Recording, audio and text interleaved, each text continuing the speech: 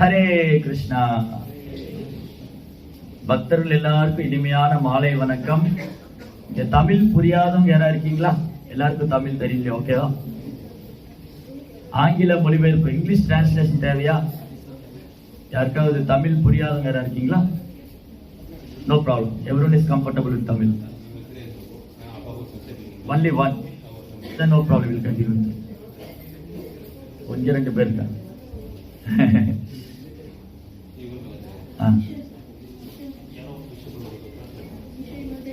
Translation பண்ணணுமா?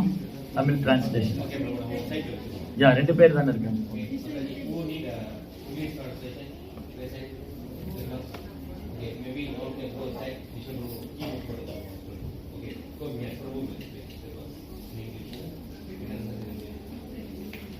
ஹரே கிருஷ்ணா ஹரே கிருஷ்ணா கிருஷ்ண கிருஷ்ணா ஹரே ஹரே, ஹரே ராம் ராம் ராம் ஹரே. जय श्री राधाष्टमी महोत्सव की, श्रीमती राधा रानी की, श्रील प्रभुपाद की. அப்போ இன்னைக்கு நம்ம எல்லாருமே ஒரு மங்களகரமான தினத்துல ஒன்று சேர்ந்திருக்கோம். இன்றைக்கு ராதாஷ்டமி பண்டிகை, very auspicious day. Srimati Radharani எப்படி இந்த பூமியில தோன்றுனாங்க, அவங்களுடைய உன்னதமான லீலைகள், ஸ்ரீமதி ராதாராணியோடைய வாழ்க்கை, அவங்களுடைய பக்தி நமக்கு என்ன கத்துக் கொடுக்குது, ஏன் நம்ம ராதா கிருஷ்ணரை வழிபடணும், இந்த மாதிரி சில முக்கியமான விஷயங்களை இங்க நம்ம பகிர்ந்துக்கலாம்னு பண்ணி. நம்ம ஏற்கனவே முன்பே பேசினது போல ஸ்ரீமதி ராதாராணி அவங்களை பற்றிய தத்துவம், ஸ்ரீமதி ராதாராணியோடைய லீலைகள், அவங்களுடைய தெய்வீகமான குணங்கள், இதெல்லாம் பொதுவா நம்ம பொது இடங்கள்ல பப்ளிக்ல நம்ம அதை டிஸ்கஸ் பண்றது இல்லை, அதை பத்தி பேசுறது இல்லை. அது ரொம்ப ரகசியமானது. இந்த மாதிரி பண்டிகை காலத்துல மட்டும் ஸ்ரீமதி ராதாராணியோடைய குணங்கள், அவங்களுடைய தெய்வீக லீலைகள், இதெல்லாம் நம்ம பேசலாம், பாடலாம். ஸ்ரீமதி ராதாராணி யாருன்னு புரிஞ்சுக்கணும்னா தூய பக்திங்கிற தளத்துல வந்தாதான் புரிஞ்சுக்க முடியும். தூய பக்தி தொண்டுங்கிற தளத்துக்கு வரணும். அப்ப ஆன்மீக குருவுடைய கருணையால பக்தி தொண்டை நல்ல கவனமா பண்ணிட்டே வந்தாதான் கொஞ்சம் கொஞ்சமா குருவுடைய கருணையால ஸ்ரீமதி ராதாராணியுடைய தத்துவம் என்னன்னு நமக்கு புரிய வரும். அவங்களை விட உயர்ந்த பக்தரோ அல்லது அவங்களுக்கு நிகரான பக்தரோ கிடையாது. ஆராதனம், சேவை, பூஜை என்று சொன்னாலே ஸ்ரீமதி ராதாராணி தான். நிறைய பக்தர்கள்லாம் இருக்காங்க. பாண்டவர்கள், கிருஷ்ணனுக்கு ரொம்ப பிரியமான பக்தர்கள் பாண்டவர்கள், நாரத முனிவர், அப்புறம் குந்தி தேவி, ஹனுமான், நிறைய பக்தர்கள் இருக்காங்க. ஆனா எல்லா பக்தர்களையும் உயர்ந்த பக்தி பிருந்தாவனத்து கோபிகைகள், கிருஷ்ணன் மேல செலுத்தக்கூடிய பக்தி பிருந்தாவனத்து கோபிகைகள். அந்த பிருந்தாவனத்து கோபிகையிலேயே உயர்ந்தவங்க ஸ்ரீமதி ராதாராணி. பகவான் எப்படி இந்த பூமியில அவதாரம் செய்து லீலைகள் செய்யறாரோ, எப்பெல்லாம் அவர் இந்த பூமியில அவதரிக்கிறாரோ அப்ப அவரது சேவைக்காக ராதாராணி கூட வருவாங்க. அப்போ ராதாராணி எப்படி இந்த பூமியில தோன்றினாங்க, அவங்க திருவதார லீலைகள், அவங்க தோன்றிய லீலைகள்லாம் பல்வேறு கல்பங்கள்ல ஆச்சாரியர்கள் ரொம்ப அழகா வர்ணிச்சிருக்காங்க. ஸ்ரீமதி ராதாராணி இந்த பூமியில லீலை பண்ணத நம்முடைய முந்தைய ஆச்சாரியர்கள் ரூப கோஸ்வாமி, சனாதன் கோஸ்வாமி, அவங்க எல்லாம் ராதாராணி எப்படி இந்த பூமியில வந்தாங்க, வேற வேற கல்பத்துல கர்காச்சாரியர், கர்க முனிவர் யாரு தெரியுமா? கேள்விப்பட்டிருக்கீங்களா? கர்கமுனி, கர்காச்சாரியா, கிருஷ்ணருக்கு பலராமருக்கு பேர் வச்சவர். ஞாபகம் இருக்கா? பாகவதத்துல வரும் கர்கமுனியோட பேர். சோ கர்க சங்கீதா, இந்த மாதிரி புத்தகங்கள்ல ரொம்ப ரகசியமா ராதாராணியோடைய அவதாரத்தை பற்றி பல்வேறு கல்பங்கள்ல, கல்பம்னா எது தெரியுமா? கல்பம், ஒரு கல்பம்னா என்னது? எவ்வளவு காலம் ஒரு கல்பம்? 4 சதுர்யுகம், சத்திய, திரேதா, துவாபரா, கலி, இந்த 4 யுகம். இந்த 4 யுகத்தையும் கூட்டிட்டு ஆட் பிளஸ் பண்ணி 1000 மல்டிப்ளை பண்ணா 4 யுகத்தையும் கூட்டி 1000 பெருக்குனா ஒரு சதுரிகம். இந்த மாதிரி 1000 சதுரிகம் ஒரு கல்பம். 1000 சதுரிகம். சத்திய, திரேதா, துவாபரா, கலி. சத்தியுகம், திரேதாயுகம், துவாபரயுகம், கலியுகம். கலியுகம் 4,32,000 வருஷம். அது திரும்ப டபுள் பண்ணா துவாபரயுகம் 8,64,000 வருஷம். அது திரும்ப டபுள் பண்ணா 16 லட்சத்தி வருஷம் திரேதாயுகம். 32 லட்சம் வருஷம் சத்தியுகம். இப்படி இந்த 4 யுகத்தையும் கூட்டுனா ஒரு சதுரிகம். அது 1000 பெருக்குனா 4 யுகத்தையும் கூட்டிட்டு 1000 பெருக்குனா ஒரு சதுரிகம். அந்த மாதிரி 1000 சதுரிகம் ஒரு கல்பம். அது இந்த 1000 கல்பம் பிரம்மாவுடைய ஒரு பகல். 1000 கல்பம் பிரம்மாவுக்கு ஒரு டே. அகைன் 1000 கல்பம், திரும்ப 1000 கல்பம் பிரம்மாவுக்கு ஒரு இரவு. அந்த மாதிரி பிரம்மா 365 நாள் அவருக்கு ஒரு வருஷம். அந்த மாதிரி 100 வருஷம் பிரம்மாவுடைய ஆயுள்காலம். பாருங்க, பிரம்மாவுடைய ஆயுள்காலம் நமக்கு அப்படியே தலையே சுத்தும், கால்குலேட்டே பண்ண முடியாது. அந்த பிரம்மாவுடைய ஆயுள்காலத்துல வேற வேற கல்பங்கள்லாம் வருது. இப்ப என்ன கல்பம் நடக்குது அப்படின்னா ஸ்வேதவராக கல்பம். ஏதாவது நம்ம வீட்டுல யாகம் பண்ணும்போது, ஏதாவது பூஜை செய்யும் போது சொல்லுவாங்க, ஸ்வேதவராக கல்பே பாரத கண்டே ஜம்பு தீபே மேருகு ஸ்வேதவராக கல்பே வைவஸ்வத மன்வந்தரே. வைவஸ்வத மனுவுடைய ஆட்சி காலம். இப்ப நமக்கு யாரு நம்ம மனித குல தந்தைனா இப்போ வைவஸ்வத மனு. மொத்தம் 14 மனு இருக்காங்க. மொத்தம் எவ்வளவு மனு இருக்காங்க? 14 மனு. சாயம்பு மனு, வைவஸ்வத மனு, சக்ஷுஷ மனு, இந்திரசாவண்ணி, ருத்ரசாவண்ணி, மேருசாவண்ணி, தக்ஷன், இந்த மாதிரி ஒரு 14 மனுக்கள். பிரம்மாவுடைய ஒரு டேல 71 மன்வந்திரம் போகுது. 71 தடவை மனுக்கள் சேஞ்ச் ஆகுற. அதனால பிரம்மாவுடைய ஆயுள் காலம் ரொம்ப வினோதமானது. நீண்ட காலம் வாழ்ற பிரம்மா. அப்போ நிறைய கல்பங்கள் மாறிட்டே இருக்கு. ஸ்வேதவராக கல்பம், அந்த மாதிரி ஒரு கல்பம் வரும்போது இப்ப நடக்கிறது ஸ்வேதவராக கல்பம். அப்போ வேற வேற கல்பங்களையும் பகவான் கிருஷ்ணனுடைய லீலை நித்தியமா நடந்துட்டார். பகவானுடைய லீலா நித்திய லீலா.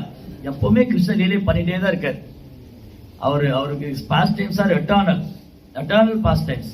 கிருஷ்ணாவுடைய லீலைகள் நித்தியமானது.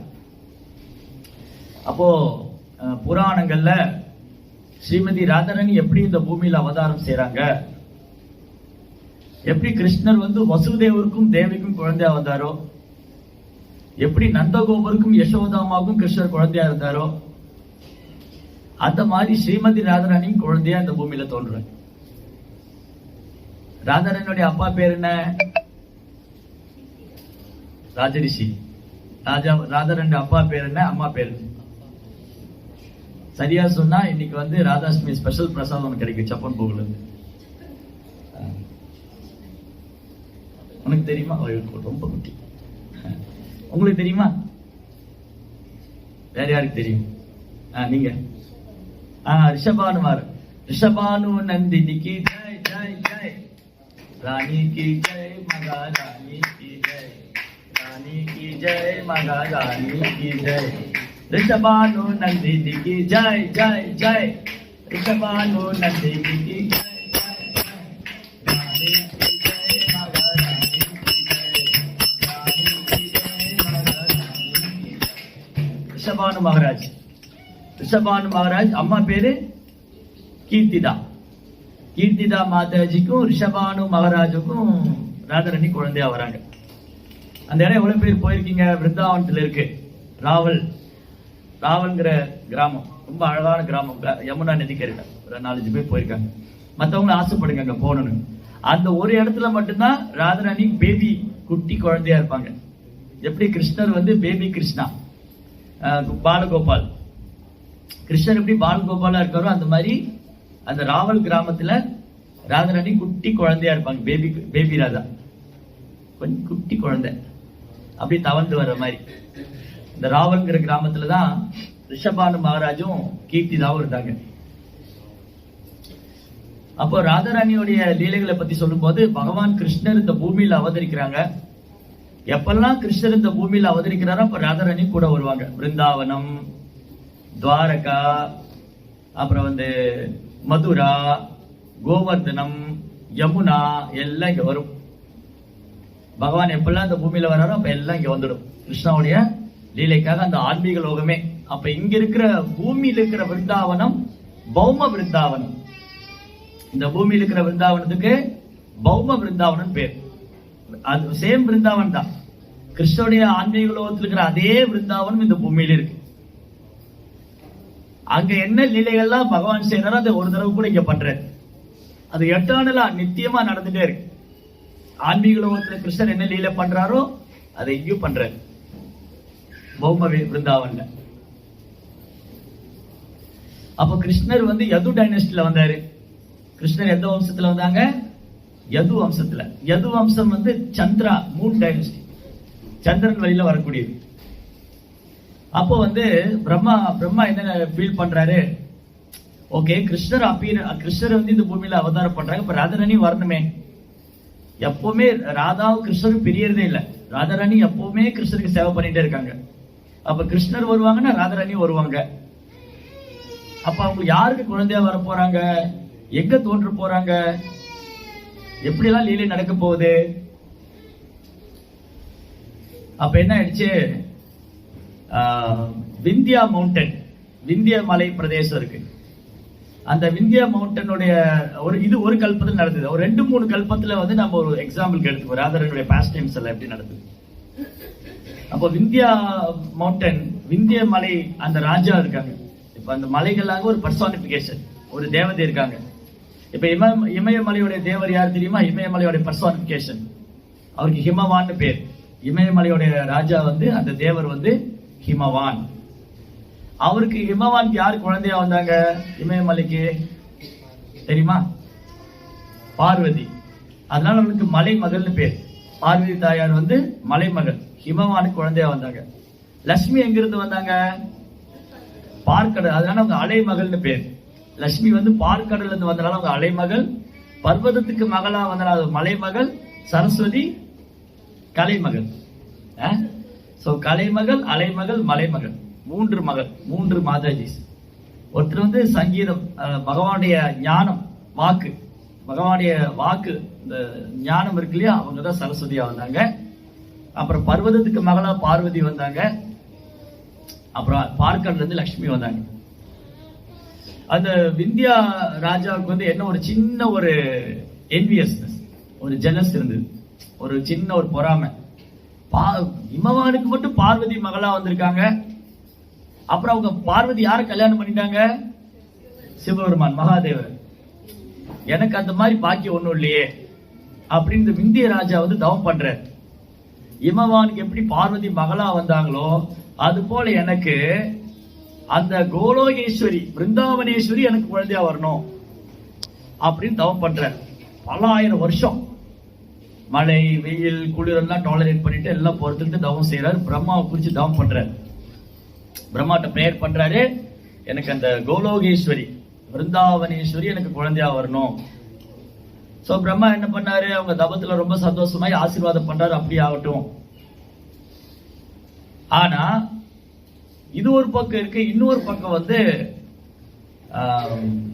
ரிஷபானு மகாராஜ், கீர்த்திதாமா, அவங்க 2 பேரும் முற்பிறவியில, அவங்க பேர் எழுதி வச்சிருந்தேனே, சுச்சந்திரா, கலாவதி. சுச்சந்திராங்கிற பிரபுவும் கலாவதிங்கிற மாதாஜியும் அவங்களுக்கு என்னன்னா அந்த பிருந்தாவனேஸ்வரி தங்களுக்கு குழந்தையா வரணும், அவங்களும் தவம் செய்யறாங்க. சுச்சந்திரா, கலாவதி. இப்ப கொஞ்சம் நிறைய பேர்கள்லாம் வரும், கொஞ்சம் கஷ்டமா தான் இருக்கும், வேணா குறிச்சு வச்சுக்கோங்க. விந்தியா மவுண்டன், அப்புறம் சுச்சந்திரா, அப்புறம் கலாவதி, அப்புறம் பிரம்மா, அப்புறம் பேரு ஹிமவான், நிறைய பேர்கள்லாம் வரும். நேற்றைய வகுப்பு பூரா தத்துவமா இருந்தது, இன்னைக்கு வகுப்பு பூரா பேர்களா இருக்கும். நேம் லிஸ்ட் அப்படியே வரும். ராதாரனுடைய அப்பா என்ன, அவங்க அப்பா பேர் என்ன, அவங்க யாரெல்லாம் பிரதர்ஸ் யாரு, இப்படி ஒரு பெரிய லிஸ்டே இருக்கு. இந்த பேர்கள்லாம் கிருஷ்ணரோடு சம்பந்தப்பட்டிருக்கிறதுனால, ராதாரணியோடு சம்பந்தப்பட்டிருக்கிறதுனால தேர் ஆல் க்ளோரியஸ், அதெல்லாம் புகழுக்குரியது இந்த பேர்கள்லாம். அப்ப இந்த சுச்சந்திரா, ஒரு பக்கம் சுச்சந்திராவும் கலாவதி அவங்களும் தவம் பண்றாங்க, அந்த பிருந்தாவனேஸ்வரியே தனக்கு குழந்தையா வரணும். இன்னொரு பக்கம் விந்திய ராஜா தவம் பண்றாரு, அந்த பிருந்தாவனேஸ்வரன் குழந்தையா வரணும். இந்த மாதிரி தவம் செய்யறாங்க. ஒரே டைம்ல ரெண்டு பக்கம் தவம் செய்யறாங்க. என்னாச்சு, ஃபர்ஸ்ட் எப்படி கிருஷ்ணா தேவியோட கர்ப்பத்துல வந்தார். நீங்க பாத்தீங்கன்னா சிமிலாரிட்டி இருக்கும். ராதாராணியோட அப்பியரன்ஸும் கிருஷ்ணருடைய அப்பியரன்ஸும் சிமிலாரிட்டி இருக்கும். எப்படி ராதாராணி கிருஷ்ணர் வசுதேவருக்கும் தேவிக்கும் குழந்தையா வந்துட்டு அப்புறம் நந்தகோபுர வீட்டுக்கு போயிட்டாங்க. அதே மாதிரிதான் இந்திய ராஜாவுடைய வைஃப் அவங்க மனைவியோட கர்ப்பத்துல தோன்றுவாங்க ஸ்ரீமதி ராதாராணி. ராதாராணி மட்டும் இல்ல, பகவானுடைய 8 சக்திகள், பகவானுடைய அஷ்டசக்தி, பகவான் அஷ்டசக்தி இருக்கு, 8 சக்தி. அந்த 8 சக்தியும் தோன்றுவாங்க. ஸ்ரீமதி ராதாராணி, சந்திராவலி, லலிதா, விசாகா, பத்மா, சைபியா, ஷாமலா, பத்ரா. சொன்னா பேரா வரும் இன்னைக்கு. கிருஷ்ணனுடைய அஷ்ட சக்தி, பகவான் இருக்கிற 8 சக்திகளும் 8 குழந்தைகளாக. கொஞ்சம் ஏதாவது புரியலன்னா கை தூக்குங்க, நான் திருப்பி ஒருக்கா சொல்றேன். இது வரைக்கும் புரிஞ்சுதா? சரி. அதாவது எப்ப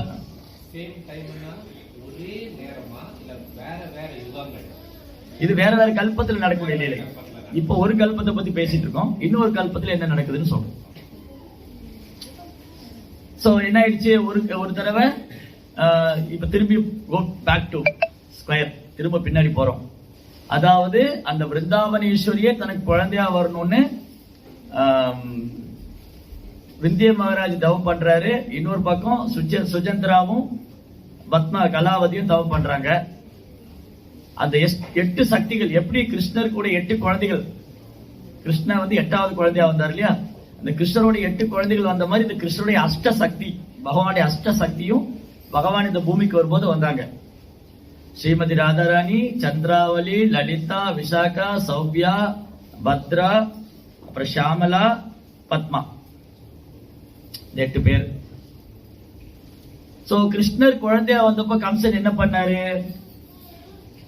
கிருஷ்ணர் குழந்தையா வந்து கம்சன் என்ன பண்ணாரு, கொண்டாடினாரா? பர்த்டே கொண்டாடினாரா? ஜென்மாஷ்டமி இல்லையா? கிருஷ்ணர் குழந்தையா வந்தப்ப கம்சன் ஜென்மாஷ்டமி கொண்டாடினாரு. என்ன பண்ணாரு, பூதனையை கூப்பிட்டாரு. ஃபர்ஸ்ட் பூதனா ராட்சசி தான் வந்தவனுக்கு இல்லையா, ஃபர்ஸ்ட் பூதனா. ஏ Putana, Putana is very expert. பூதனை குழந்தைகளை கொள்றதுல ரொம்ப தேர்ச்சி பெற்றவன். பூதனையை கூப்பிட்டா, ஏ பூதனா சொல்லு கம்சம், நான் என்ன பண்ணணும்? இந்த அசுரங்கள்லாம் சிரிப்பாங்க. இந்த பூதனா அப்பேற்பட்ட ஒரு ராட்சசி.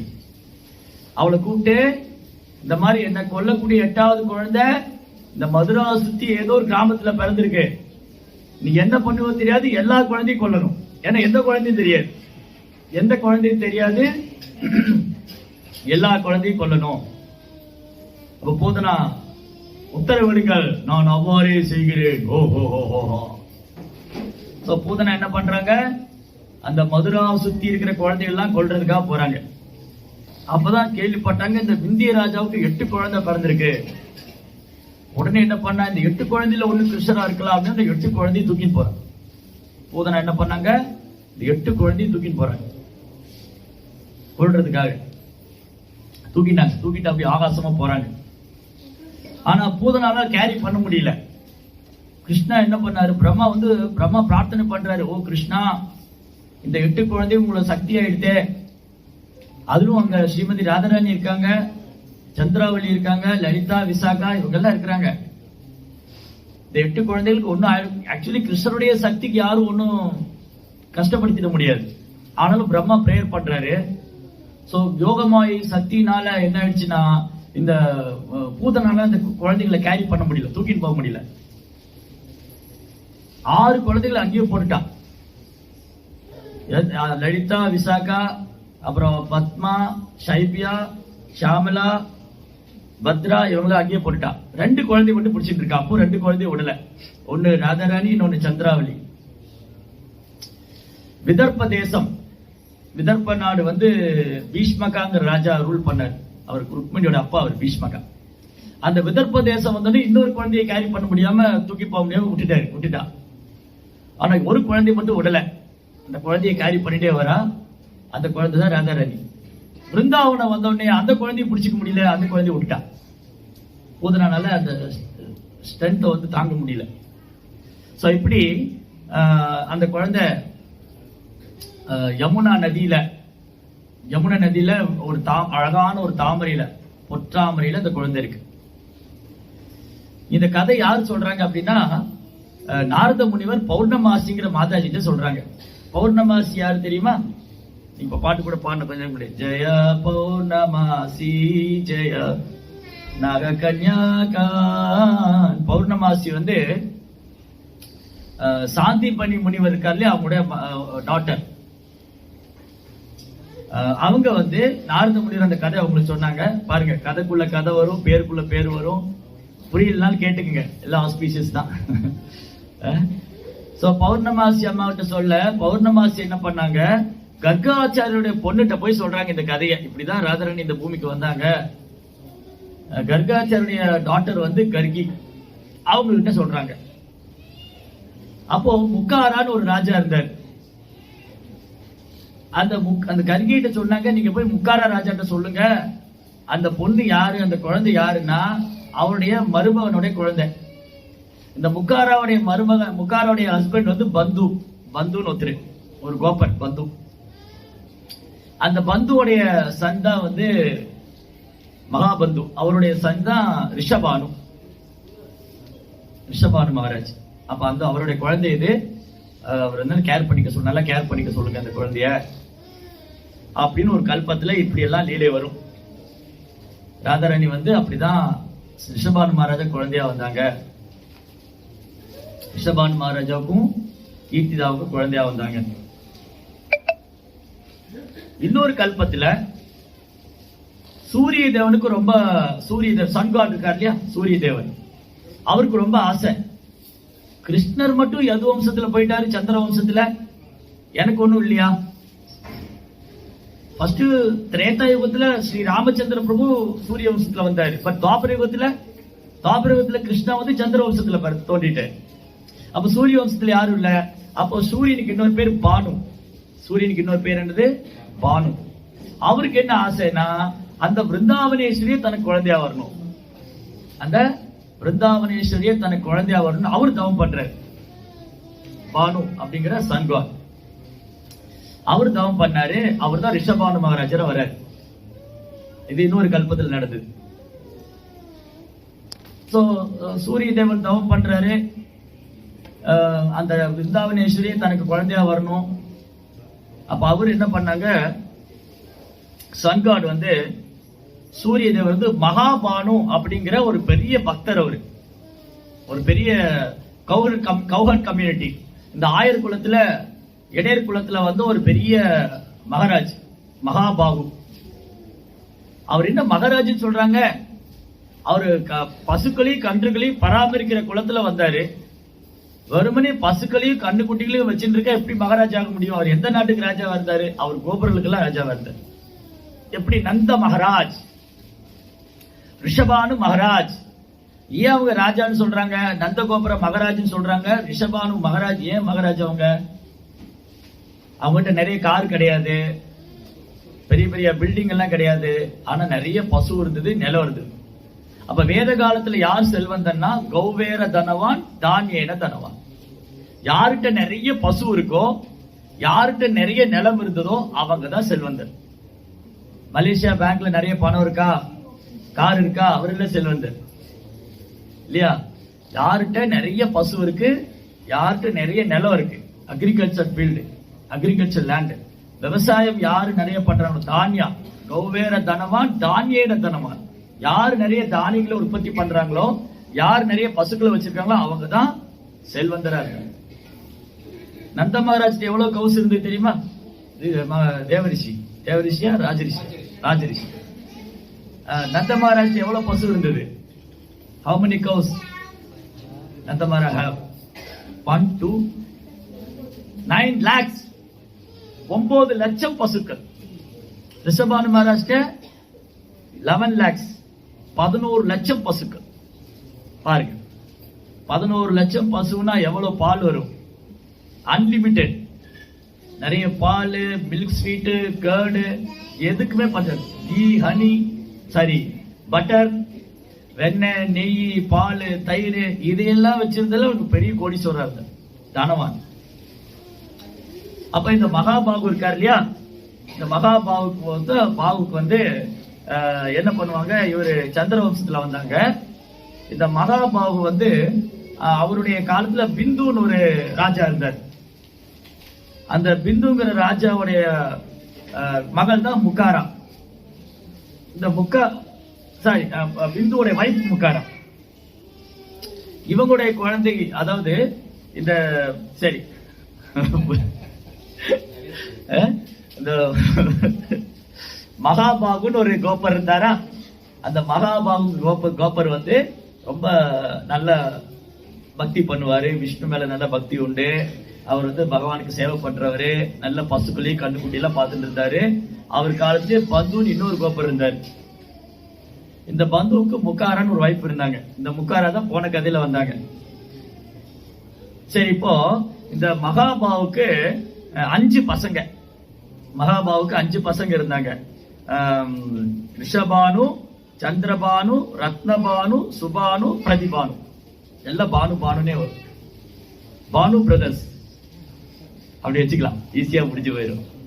ரிஷபானு, சந்திரபானு, ரத்னபானு, சுபானு, பிரதிபானு. இதுல ரிஷபானு மகராஜ் வந்துட்டாரா.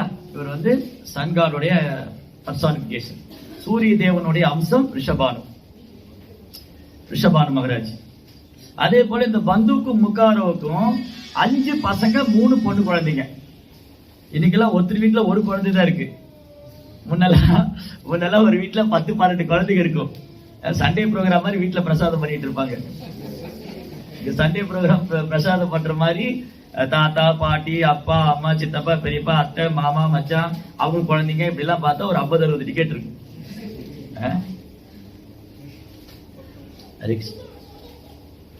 இப்படி ஒரு டைம்ல அவ்வளவு ஃபேமிலியிலே சண்டே ப்ரோக்ராம் மாதிரி இருக்கும். இப்ப கீர்த்திதா மாதாஜி கூட பிறந்தவங்க. கீர்த்திதா மாதாஜி யாரு? ராதானுடைய அம்மா, ரிஷபானோட வைஃப். சோ கீர்த்திதா மாதாஜி அவங்க கூட 5 பிரதர்ஸ், 5 சகோதரர்கள், 2 மொத்தம் 3 சிஸ்டர்ஸ்.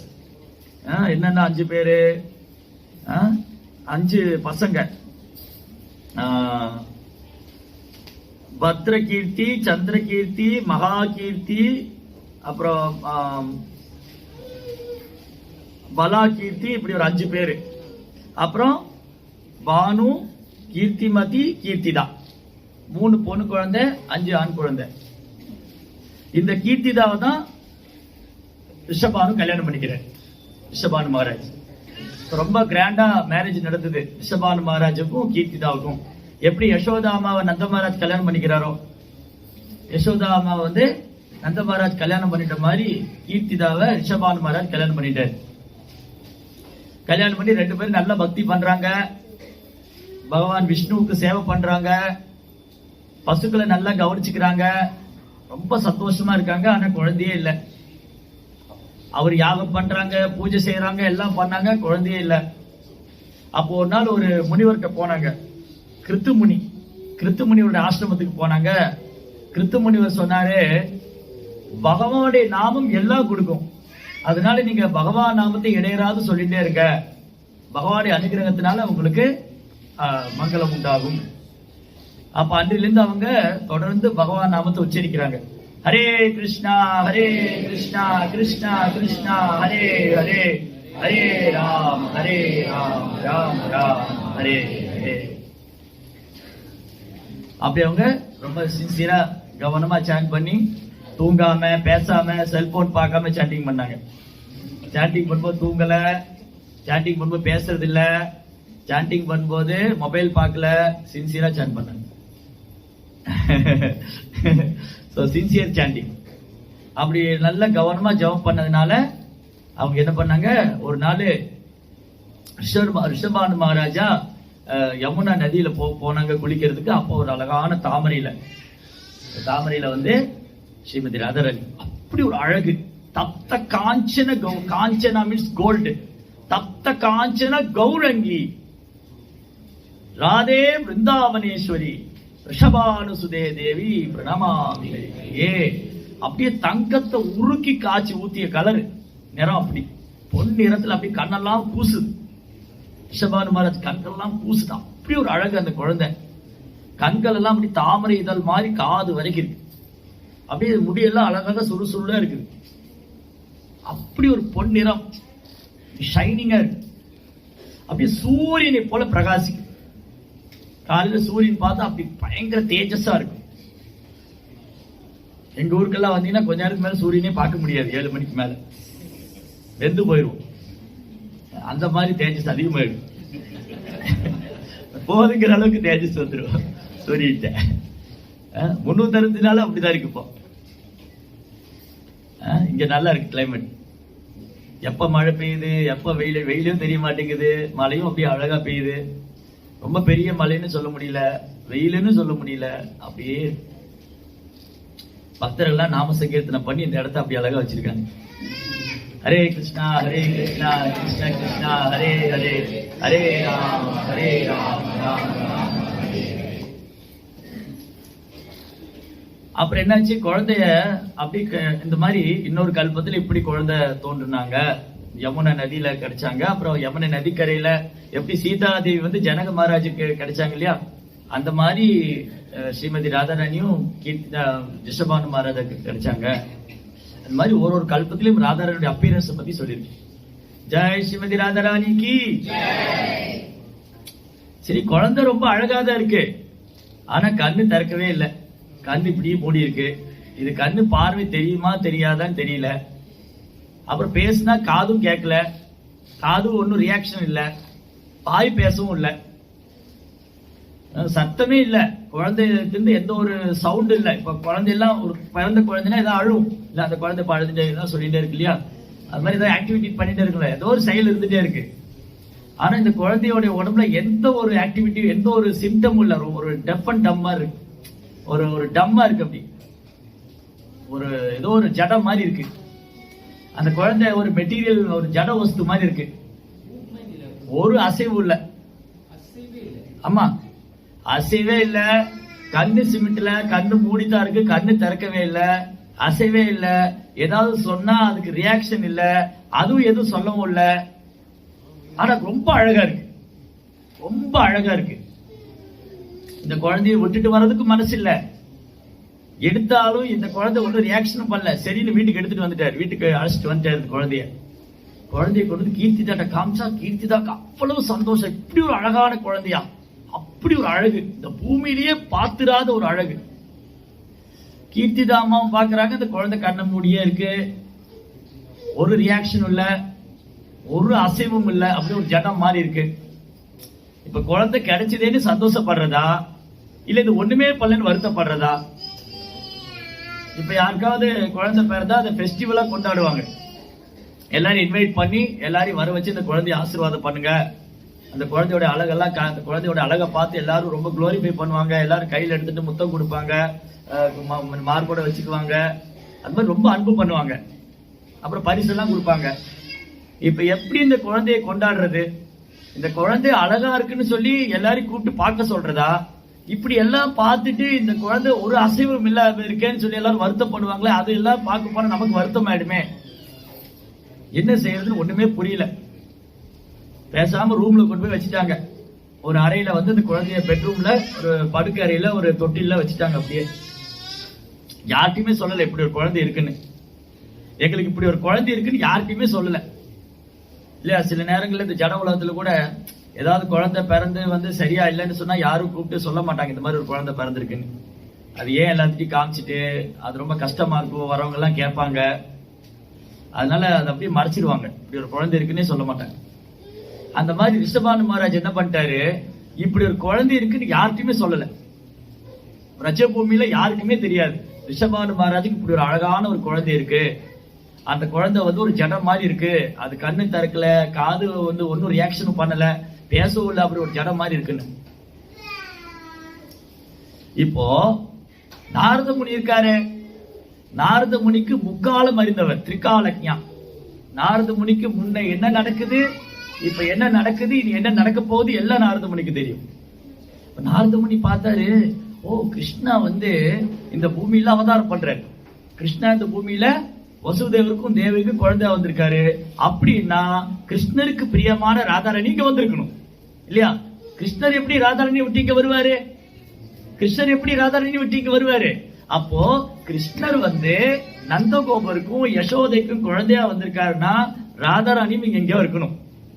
தேடுறாரு நாரத முனி, ராதாராணி எங்க இருக்காரு தேடுறாரு. பிரஜ பூமியில போய் ஒரு வீட்டுக்கு போற, ஒரு வீட்லயும் போய் உங்களுக்கு ஏதாவது புதுசா குழந்தை பிறந்திருக்கா விசாரிக்கிறாரு. யாருக்காவது இங்க புதுசா குழந்தை பிறந்திருக்கா? அந்த ஸ்ட்ரீட் எல்லாம் ஒரு கோகுலத்துல அந்த பிரஜ பூமியை சுத்தி எல்லா வனங்கள்லயும் 12 ஃபாரஸ்ட் இருக்கு விருந்தாவன்ல. அந்த பிரஜ பூமி ஃபுல்லா பிரஜ மண்டல் பூரா நாரத முனிவர் தேடுறாரு, இந்த குழந்தை எங்க இருக்கு. யாராவது புதுசா குழந்தை பிறந்துட்டா அட்ரஸ் விசாரிக்கிறாரு. இந்த ஊர்ல யாருக்காவது புதுசா குழந்தை பிறந்திருக்கா, அந்த வீட்டுக்கு போங்க, அங்க போய் உங்க குழந்தையை கொண்டு வாங்க. குழந்தை கொண்டு பார்த்தா இது ராதாராணி இல்ல, இது ராதாராணி இல்ல. இப்படி பல இடங்கள்ல தேடிட்டே இருக்காரு. நிறைய குழந்தைகளை பார்த்தாரு, அந்த ராஜராணி இல்ல. அவங்க எங்க இருக்காங்க தேடிட்டே கடைசியில இந்த ராவல் வில்லேஜ்க்கு வந்தாரு. ராவல் வில்லேஜ்ல ராவல் கிராமத்துல உடனே ரிஷபானு மகாராஜா வீட்டுக்கு வர்றாரு. ரிஷபானு மகாராஜ் நாரத முனிவர் ரொம்ப அன்போட வரவேற்று அவர் உட்கார வச்சு பாத பூஜை எல்லாம் பண்ணி அவருக்கு சேவனம் எல்லாம் பண்ணி, ஓ நாரத முனி, நாங்க ரொம்ப பாக்கியம் செஞ்சிருக்கிறோம், உங்களை மாதிரி ஒரு தூய பக்தர் எங்க வீட்டுக்கு வந்தது நாங்க செஞ்ச பெரும் பாக்கியம் அப்படியெல்லாம் நாரதெல்லாம் வர்ஷிப் பண்றாரு. ஆனா ரிஷபானு மகாராஜோட முகத்துல ஒரு சந்தோஷமே இல்லை, ஒரு மாதிரி சோகமா இருக்காரு. இந்த நாரத முனி கேட்டாரு, உங்களுக்கு ஏதாவது குழந்தை இருக்கா, புதுசா குழந்தை பிறந்ததா உங்களுக்கு? அதை ஏங்க கேக்குறீங்க, அதெல்லாம் சொல்ற மாதிரி ஒண்ணும் இல்ல. இல்ல சொல்லுங்க.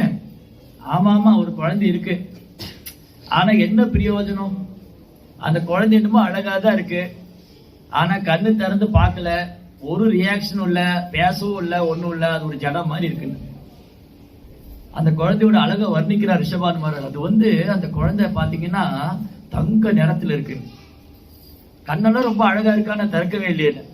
உடனே நாரதர் புரிஞ்சுட்டாரு, அந்த குழந்தையை கொண்டு வாங்க, அந்த குழந்தையை கொண்டு வாங்க, நான் பார்க்கணும், எங்க வச்சிருக்கீங்க, அந்த குழந்தை எங்க இருக்கு? சரி நீங்களாவது ஆசீர்வாதம் பண்ணுங்க, உங்களை மாதிரி யாராவது தூய பக்தர் ஆசீர்வாதம் பண்ணாத அந்த குழந்தை ஏதாவது ரியாக்ஷன் பண்ணுதான்னு பார்க்கலாம். நாரத முனி கேட்கிறார், அந்த குழந்தை எங்க வச்சிருக்கீங்க? அந்த அறையில இருக்கு, போய் பாருங்க.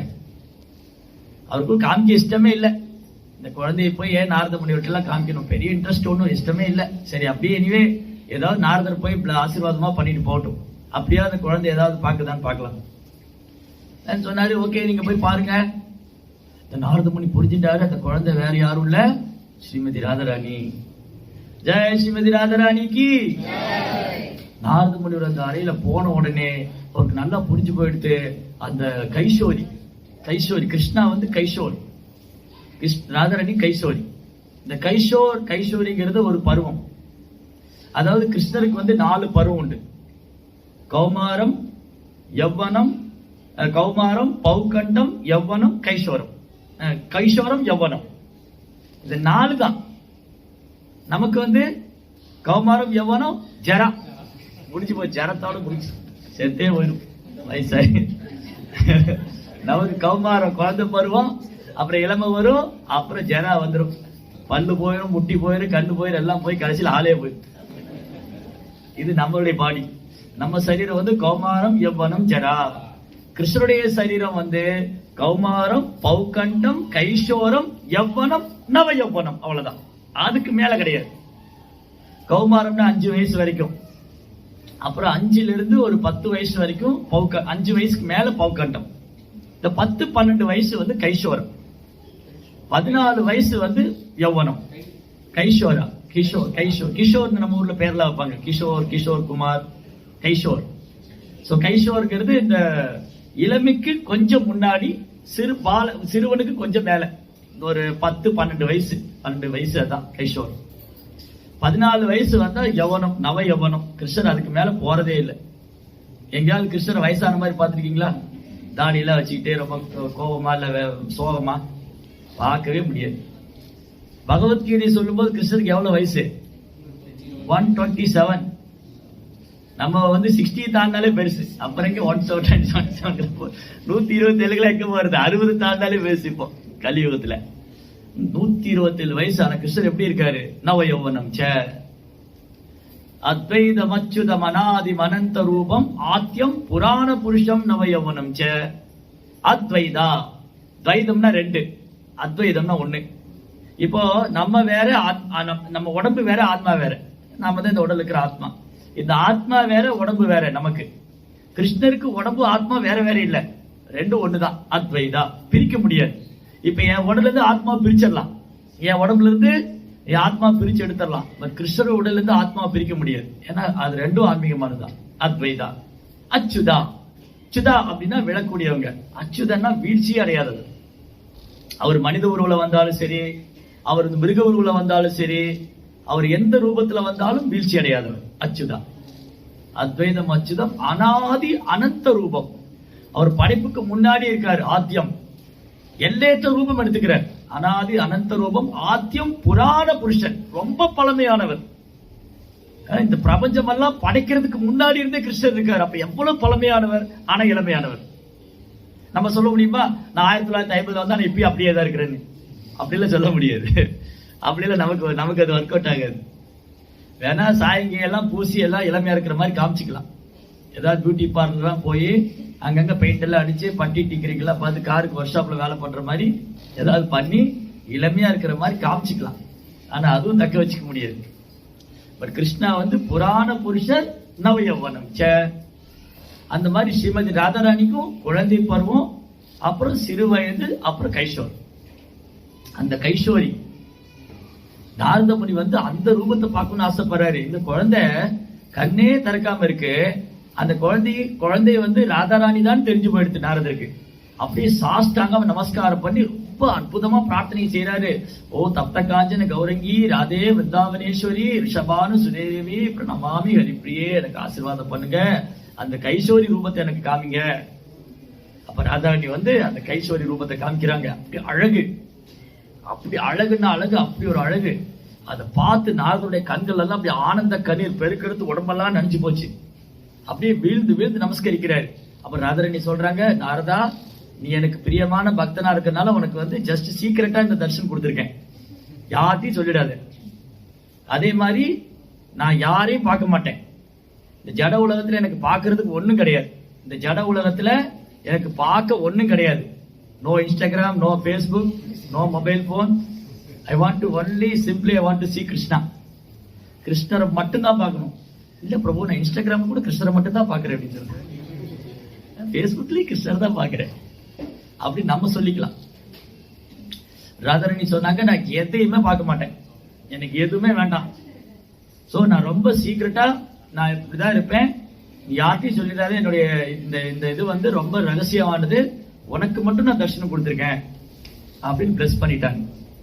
ராதாராணியுடைய ஆசீர்வாதம் கிடைச்சு நாரத முனிவர் வானத்துக்கு பூமி குதிக்கிறாரு. ஜெய் ராதே ஜெய் ராதே அப்படின்னு வானத்துக்கு பூமி குதிக்கிறாரு. அப்புறம் நேரம் ரிஷபானு ஓடி வர்றாரு. ரிஷபானு மகாராஜ்ட ரிஷபானு ரொம்ப சோகத்துல உட்கார்ந்துட்டு இருக்காரு. இந்த குழந்தை கண்ணும் திறக்கல, ஒண்ணும் பண்ணல. அப்ப நாரதர் சொன்னாரு, இந்த குழந்தையோடைய அப்பியரன்ஸ் வந்து நீங்க அனௌன்ஸ் பண்ணீங்களா? ஆட போங்க நாரதரே, இந்த மாதிரி குழந்தை யார்கிட்ட போய் நான் சொல்ல. இல்ல நீங்க சொல்லுங்க, ஒரு ஃபீஸ்ட் வைங்க, இந்த குழந்தை பிறந்திருக்குல்ல ஒரு விருந்து வைங்க, எல்லாரையும் கூப்பிடுங்க. அட ஏங்க நீங்க கண்டு திறக்காத குழந்தைக்கு போய் யாராவது விருந்து வைப்பாங்களா? இல்ல நீங்க பண்ணுங்க, நான் சொல்றேன், நீங்க இதை பண்ணுங்க, டெஃபினட்டா உங்களுக்கு நல்லது நடக்கும், நீங்க ரொம்ப சந்தோஷப்படுவீங்க. பிளீஸ் தயவு செஞ்சு பண்ணுங்க. ரஜபூமி ஃபுல்லா அனௌன்ஸ் பண்ணுங்க, ரஜபூமி ஃபுல்லா அனௌன்ஸ் பண்ணுங்க, இந்த மாதிரி எனக்கு குழந்தை பிறந்திருக்கு, எல்லாரும் வாங்க, பிளஸ் பண்ணுங்க, எல்லாருக்கும் நான் ஃபீஸ்ட் கொடுக்குறேன், தயவு செஞ்சு பண்ணுங்க, இது பண்ணுங்க, டெஃபினட்டா உங்களுக்கு நல்லது நடக்கும், நான் ஷூரா சொல்றேன், கேரண்டி. ஓ நாரத முனி இவ்வளவு திரும்ப திரும்ப சொல்றாரு. சரி ஓகே. ரிஷபானு மகாராஜ் என்ன பண்ணாரு, ராஜபூமி ஃபுல்லா அனௌன்ஸ் பண்றாரு, எனக்கு குழந்தை பிறந்திருக்கு, பெண் குழந்தை, எல்லாரும் வந்து பிளஸ் பண்ணுங்க. சோ சுத்து வட்டாரத்துல எல்லா கிராமத்துல இருந்து கோபர்கள் கோபிகள் அந்த கிஃப்ட் எல்லாம் எடுத்துட்டு வர்றாங்க. ரிஷபானுடைய க்ளோஸ் ஃப்ரெண்ட் வந்து நந்த மகாராஜ், ரிஷபானுடைய நெருங்கிய நண்பர் நந்த மகாராஜ், கீர்த்திதாவுடைய நெருங்கிய தோழி வந்து யசோதாமா குழந்தை கிருஷ்ணர் எடுத்துட்டு வராங்க. சோ கிருஷ்ணா வராரு, யசோதாமா குழந்தைய மடியில வச்சுட்டு இருக்காங்க. நந்த மகாராஜ், யசோதாமா, கிருஷ்ணா எல்லாரும் ரிஷபானு மகாராஜ் வீட்டுக்கு வராங்க. ராவல்ல வந்து ரிஷபானு மகாராஜ் வீட்டுக்கு வந்த உடனே ரொம்ப சந்தோஷம். ரொம்ப நாளுக்கு அப்புறம் தன்னுடைய ஃப்ரெண்டை பாக்குறாரு ரிஷபானு மகாராஜ். அப்படியே நந்தகோவரை போய் கட்டி பிடிச்சு 2 பேரும் கட்டி தழுவி அன்பு செய்யறாங்க. அந்த குழந்தைய கீழே விட்டுட்டு யசோதாமா கீர்த்திதாமாட்ட பேசிட்டு இருக்காங்க. 2 பேரும் ரொம்ப சந்தோஷமா இருக்காங்க. இந்த குழந்தை அப்படியே தவழ்ந்து போகுது. குழந்தை அப்படியே மேல மேல தவழ்ந்து போய் அங்க வந்து தொட்டில்ல அழகா ஒரு தொட்டில் இருக்கு இல்லையா, அந்த உடன் இது இருக்கு, கார்ட் இருக்கும். அங்க அந்த காலத்துல எல்லாம் அந்த தொட்டில்ல வந்து அப்படியே வச்சிருப்பாங்க வீட்டுல. அந்த உடன்ல இப்ப நிறைய இடத்துல இருக்கான்னு தெரியாது, எல்லாம் சேலையில கட்டி தொங்க விட்டுருந்தேன். இப்ப அது கிடையாது, வண்டியில வச்சு தள்ளிட்டு போறாங்க குழந்தைய. இந்த குப்பை வண்டியில வச்சு தள்ளுவாங்களே வெளியில. முன்ன வந்து குழந்தைய இடுப்புல வச்சிருந்தாங்க, அப்புறம் தோல்ல போட்டு வச்சிருந்தாங்க. இப்ப வெயிட் பாரமா இருக்குன்னு சொல்லி வண்டியில வச்சு தள்ள ஆரம்பிச்சிட்டாங்க. அப்புறம் கேரி பேக் மாதிரி பின்னாடி எல்லாம் மாட்டி விட்டுக்கிறாங்க. முன்னாடி மாட்டி பின்னாடி மாட்டிக்கிட்டு போச்சு எல்லாம். அவ்வளவுதான். என்ன லக்கேஜ், நல்ல வேலை பிளைட்ல வந்து லக்கேஜ்ல போட்டு போறாங்க. அந்த மாதிரி தான் கேரி பண்ணிட்டு போறாங்க இப்போ குழந்தைகள் எல்லாம். இனி ஃபியூச்சர்ல வந்துடும், இதை கொஞ்சம் லக்கேஜ்ல போட்டிருக்க அப்படின்ட்டு சொல்ல முடியாது. அப்பெல்லாம் வந்து அம்மா வந்து எப்பவுமே குழந்தைய தன்னுடைய இதுலயே வச்சிருப்பாங்க, மார்பிலேயே அந்த இடுப்புலயே வச்சுட்டு இருப்பாங்க குழந்தைய. சோ இந்த குழந்தை தொட்டில இருக்கு. கிருஷ்ணா வந்து அப்படியே தவழ்ந்து வந்து அப்படியே மெல்ல அந்த இதை பிடிச்சு அவர் பாருங்க, இவர் யாரு? கிருஷ்ணர் யாரு? பரம புருஷோத்தமனான முழுமுதற் கடவுள். அவர் வந்து பரம புருஷோத்தமனான முழுமுதற் கடவுள். ஆனா தவழ்ந்து போயிட்டு இருக்கிறார் ரிஷபானு மகாராஜ் வீட்டுல. அண்ட சராசரங்களும் அவர் தான் படைச்சு காத்து அருள் பாலிக்கிறார். எல்லா கிரகங்களும் அனந்தனுடைய தலையில கடுகுமா இருக்கு. அந்த அனந்தனுக்கு ஆதாரம் பலராமர், இந்த பலராமருக்கும் ஆதாரம் கிருஷ்ணர். சர்வ காரணம். அந்த பகவான் வந்து ஒரு சாதாரண குழந்தைய போல தவழ்ந்து போய் அந்த தொட்டில பிடிச்சு அந்த அந்த ஸ்கொயர் அந்த பாக்ஸ் இருக்கு இல்லையா, அந்த தொட்டில அதை அப்படி பிடிச்சு இப்படி எட்டி பாக்குற உள்ள யார் இருக்காங்க. அது வரைக்கும், அந்த மூமெண்ட் வரைக்கும், அந்த நேரம் வரைக்கும் ராதாராணி கண்ணும் திறக்கல, எந்த ரியாக்ஷனும் இல்ல. வந்தது கிருஷ்ணா, டிங்னு கண்ணு ஓபன் பண்ணாங்க. ஜெய ஸ்ரீமதி ராதாராணிக்கு. ராதாராணி ஃபர்ஸ்ட் இந்த மெட்டீரியல் வேர்ல்ட்ல பார்த்தது கிருஷ்ணர் மட்டும்தான், வேற எதையுமே அவங்க பார்க்கல. அவங்களுடைய நேத்திரம், அந்த கண்ணு அப்படி திறந்தது. கண்ணு விழிச்ச உடனே அவங்க முதல் பார்த்தது கிருஷ்ணா. அப்பதான் ராதாராணிக்கு சிரிப்பு, கை கால்லாம் வந்து பாடியில எல்லாம் அந்த என்ன உயிரே வந்த மாதிரி. இது வரைக்கும் உயிரற்ற ஒரு உடல் மாதிரி இருந்தாங்க. ராதாராணி எப்படி இருந்தாங்க? உயிரற்ற ஒரு உடல் மாதிரி. கிருஷ்ணர் வந்துட்டாருன்னு அவங்களுக்கு உயிர் வந்தது, ஆன்மா. அப்பதான் உயிர் வந்த மாதிரி ரியாக்ஷன். அப்படி குழந்தை கை கால அசைச்சு கிருஷ்ணா கிருஷ்ணா கிருஷ்ணா குழந்தை சவுண்ட் எல்லாம் பண்ணுது. கை கால அசைச்சு கண்ணெல்லாம் திறந்து எல்லாம் ஓடி வந்துட்டாங்க. ஓடி வந்து பார்த்தா இந்த கண்ணு மூடி இருந்த கண்ணை திறந்ததுக்கு அப்புறம் அந்த கண் எவ்வளவு அழகு. அப்பதான் அந்த தாமரை இதழ் போல கண்களை வந்து எல்லாரும் பார்க்க முடிஞ்சது. அப்படி ராதாராணி ஃபர்ஸ்ட் தர்ஷன் பண்ணது கிருஷ்ணர் தான்.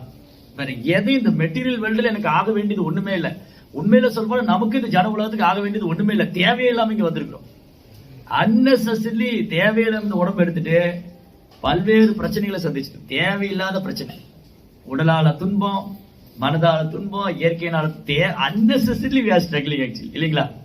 யோசிச்சு பாருங்க. ஸ்பிரிச்சுவல் வேர்ல்ட்ல இருந்தா இந்த மாதிரி ப்ராப்ளம் இருக்குமா? ஒரு பிரச்சனையும் இல்லை. சோ ராதாராணி ஃபர்ஸ்ட் கிருஷ்ணரை தர்ஷன் பண்ணி, அதான் இங்க ரொம்ப அழகான ஸ்லோகம். இங்க பாருங்க, இந்த சைத்தன்ய சரிதாமிரதம் என்ன சொல்லுது? கிருஷ்ண பிரேமே பாவிதாயான்ற சித்தேந்திரிய காய கிருஷ்ண நிஜ சக்தி ராதா கிரீதா சகாய. Her mind, senses and body are stepped in love for Krishna. She is Krishna's own energy and she helps him in his pastimes. Shrimati ராதனையுடைய மனம், அவங்க புலன்கள், அவங்க சரீரம் எல்லாமே கிருஷ்ணர் லயிச்சிருக்கு. கிருஷ்ணமயி அப்படியே கிருஷ்ணர்ல லயிச்சிருப்பாங்க. கிருஷ்ணரே லயிச்சிருப்பான். ஸோ பிரபுபாத் பொருள் ரொம்ப அழகாக எழுதியிருக்காரு. எப்படி ராதாராணி வந்து கிருஷ்ணருக்கு ரொம்ப நெருக்கமாக சேவை பண்ணுறாங்க, எவ்வளோ பிரியமானவங்களா இருக்காங்க. பிரபுபாதர் வந்து அவர் கிளாஸ்ல அழகா சொல்லுவார், கிருஷ்ணர் தான் எல்லாரையும் வசீகரிப்பாரு, கிருஷ்ணர் தான் மதன் மோகன். ஈவன் காமதேவன் கூட கிருஷ்ணருடைய அழகு கண்டு மயங்கி தருவாரு. எவ்வளவு காமதேவன் சேர்ந்தாலும் கிருஷ்ணருடைய அழகுக்கு ஈடாகாது. கந்தர்ப்ப கோடி கமனிய, கோடிக்கணக்கான காமதேவன் ஒருங்கிணைந்து வந்தா கூட கிருஷ்ணர்ட்ட அழகுக்கு பிச்சை எடுக்கணும், கிருஷ்ணருடைய அழகுக்கு முன்னாடி. அப்படி எல்லாரையும் வசீகரிக்கும், காமதேவனையே வசீகரிக்கும் கிருஷ்ணா மதன் மோகன். அந்த மதன மோகனையும் வசீகரிக்கிறவங்க ஸ்ரீமதி ராதாராணி. மதன மோகன மோகினி. பிரபு அழகா சொல்லுவார். அப்படி காம்படிஷன் நடக்குமா. ஒரு லெக்சர்ல பிரபு சொன்னார், ராதாராணி முன்னாடி கிருஷ்ணர் வரும்போது அவர் அழகு அதிகரிச்சுட்டே இருக்குமா, கிருஷ்ணரை பார்க்கும்போது ராதாராணிக்கு அழகு அதிகரிச்சுட்டே இருக்கும். இப்படி ராதாராணியை பார்க்கும்போது கிருஷ்ணருக்கு அழகு அதிகரிக்குது, கிருஷ்ணரை பார்க்கும்போது ராதாராணிக்கு அழகு, இப்படியே காம்படிஷன் இது நித்தியமா போயிட்டே இருக்குமா, இட்டர்னலா. ஜெய் ஸ்ரீ ராதாராணிக்கு. அந்த மாதிரி அவங்களுடைய ஸ்ரீமதி ராதாராணியுடைய தெய்வீகமான குணம் எப்பவுமே பகவானுடைய சேவையை தவிர வேற எதுவும் கிடையாது. கண்ணிமை கோபிகள்லாம் பிரார்த்தனை பண்றாங்களே, ஏன் பிரம்மா எங்களை வந்து இந்த இமைகளோட படைச்சிங்க, இந்த இமையை மூடுற நேரத்துல கிருஷ்ணரை பார்க்க முடியல, இந்த இமையை இப்படி இமையை மூடி திறக்கிறோம் இல்லையா, அந்த நேரத்துல கூட கிருஷ்ணரை பார்க்க முடியலன்னு பிரம்மா கிட்ட வந்து கோச்சிக்கிறாங்க. அவங்க ஏன் எங்களை எப்படி படிச்சீங்க. அந்த அளவுக்கு கிருஷ்ணர் மேல அன்பு. அந்த அன்பினுடைய வெளிப்பாடு எப்படின்னா, அதான் இந்த கதையெல்லாம் கூட நீங்க கேட்டிருப்பீங்க இல்லையா, கிருஷ்ணருக்கு தலைவலின்னு சொன்னோடனே அதுக்கு மருந்து என்ன வேணும். கிருஷ்ணர் சொல்றாரு, ஒரு பக்தருடைய பாத தூசி கொடுத்தாதான் எனக்கு தலைவலி போகும்னு. நாரதர் சொன்னாரு, நான் நரகத்துக்கு போவான்னு கேட்டார். நான் என் பாத தூசி உங்களுக்கு கொடுத்துட்டு நான் நரகத்துக்கு போவான்னு கேட்டார். தரமாட்டேன்ட்டார். பிரம்மா சிவா யாரும் தரமாட்டேன்ட்டாங்க. கிருஷ்ணன் சொல்றாரு, இந்த தலைவலி குணமாகிறதுக்கு ஒரே மருந்து அதுதான், என் பக்தருடைய பாத தூசி வேணும். யாரும் தரமாட்டேனாங்க. அங்க சுத்தி இங்க சுத்தி கடைசியில் கோலம் விருந்தாவனத்துக்கு வந்தாங்க. கோபிகள்லாம் கேட்டாங்க, நாரத முனிவரே எங்கிருந்து வர்றீங்க. நான் துவாரகையிலிருந்து வரேன். ஓ துவாரகையிலிருந்து வரீங்களா, கிருஷ்ணருக்கு என்ன, நாங்கெல்லாம் சாதாரண 1000 குல பெண்கள், எங்களையா நினைச்சிட்டு போறாரு. அங்கெல்லாம் ராணிகள்லாம் இருக்கிறாங்க, ருக்மிணி சத்யபாமா, எவ்வளவு பெரிய ராணிங்க அவங்க எல்லாம். கிருஷ்ணர் அங்கெல்லாம் சந்தோஷமா இருப்பாரு, எங்களெல்லாம் நினைச்சுக்கவே மாட்டாரு. அவருக்கு என்ன, அவர் நல்லா இருக்காரா, அவருக்கே நல்லா இருக்கிறாரு, அவருக்கு கூட தலைவலிங்கிறாரு. ஏன் மருந்து போட வேண்டியதானே, அந்த மருந்து எங்கேயுமே கிடைக்கல. என்ன மருந்து வேணும் சொல்லுங்க. அது பக்தருடைய பாத தூசி தான் வேணுமா, அதை வச்சாதான் சரியாகுமா. அப்படின்னா எவ்வளவு வேணா எடுத்துட்டு போங்கன்னாங்க. ஐயோ இது கொடுத்தா நீங்க நரகத்துக்கு போட மாட்டீங்க, நாங்க நரகத்துக்கு போலான்னு பரவாயில்ல, கிருஷ்ணருக்கு தலைவலி சரியானா போதுங்க. இதுதான் பக்தி, கோபி பாவம். இதுதான் விருந்தாவன பக்தி.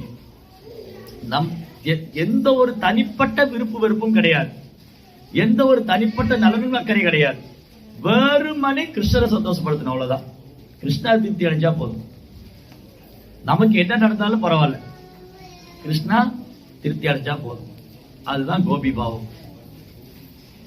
அந்த கோபியிலேயே வந்து டாப் மோஸ்ட் உயர்ந்தவங்க ஸ்ரீமதி ராதாராணி. அவங்களுடைய திருநாள் இன்னைக்கு ராதாராணி தோன்றிய தினம். அதனால ஸ்ரீமதி ராதாராணி நம்ம என்ன பிரார்த்தனை செய்யணும், நமக்கு என்ன குறை இருக்கு. குறையே இல்லைன்னு பாடிட்டாங்க. ஒரே ஒண்ணும் இல்லை, ஒரே ஒரு குறைதான் இருக்கு, அவர் மேல அன்பு வர மாட்டேங்குது. எவ்வளவு ஜெபம் பண்றோம், சேவை பண்றோம், கிருஷ்ணர் மேல அன்பே வரல. என்ன அன்பு வரணும். கிருஷ்ணா நான் உங்களை பிரிஞ்சுட்டேனே, நான் உங்க கூட எப்ப சேர போறேன், எனக்கு எப்ப அந்த பாக்கிங்க, நான் எப்ப உங்களை மறக்காம இருக்க போறேன், என்னால உங்களை நினைக்கவே முடியல. சாண்டிங் பண்ணும்போது கூட என் மைண்ட் கிளம்ப ஓடிடுது, என்னால என் மனசை நிறுத்தவே முடியல. எப்ப என் மனது உங்க தாமரை பாதத்தில் நிக்க போகுது, எனக்கு அந்த வரம் கொடுங்க. ஒரு ராதாராணி எனக்கு இந்த வரம் கொடுங்க, நான் எப்பவுமே கிருஷ்ணருடைய தாமரை பாதத்தை மறக்கவே கூடாது. நான் ஒரு பிரிவு நினைச்சு அழணும். கிருஷ்ணா உங்களுடைய கருணை எனக்கு எப்ப கிடைக்கும், நான் எப்ப உங்களை பார்க்க போறேன், நான் எப்ப உங்களுக்கு சேவை பண்ண போறேன், நான் எப்ப இந்த ஜட உலகத்து மேல உள்ள பற்றுதலை விட போறேன், எனக்கு எப்ப இந்த ஜட உலகத்து மேல வெறுப்பு வரும், எப்ப எனக்கு உங்க மேல அன்பு வரும், அது ஆசீர்வாதம் பண்ணுங்க அப்படின்னு நம்ம ராதாராணிட்ட பிரார்த்தனை பண்ணணும். அடுத்த ராதாஷ்டமிக்கு இன்னும் நிறைய பக்தர்கள்லாம் வந்து அவங்க ராதாராணியுடைய மகிமைகளை எடுத்துட்டு அவங்களுடைய ஆசீர்வாதம் அவங்களுக்கு கிடைக்கணும்னு பிரார்த்தனை பண்ணுவோம். அனைத்து பக்தர்களுக்கும் ராதாராணியுடைய கருணை கிடைக்கணும்னு சொல்லி பிரார்த்தனை பண்றோம். ஹரே கிருஷ்ணா கிருஷ்ண கிருஷ்ணா ஹரே ஹரே, ஹரே ராமா ஹரே ராமா. जय श्रीमती राधा रानी की, राधा श्री महोत्सव की, श्रील प्रभुपाद की।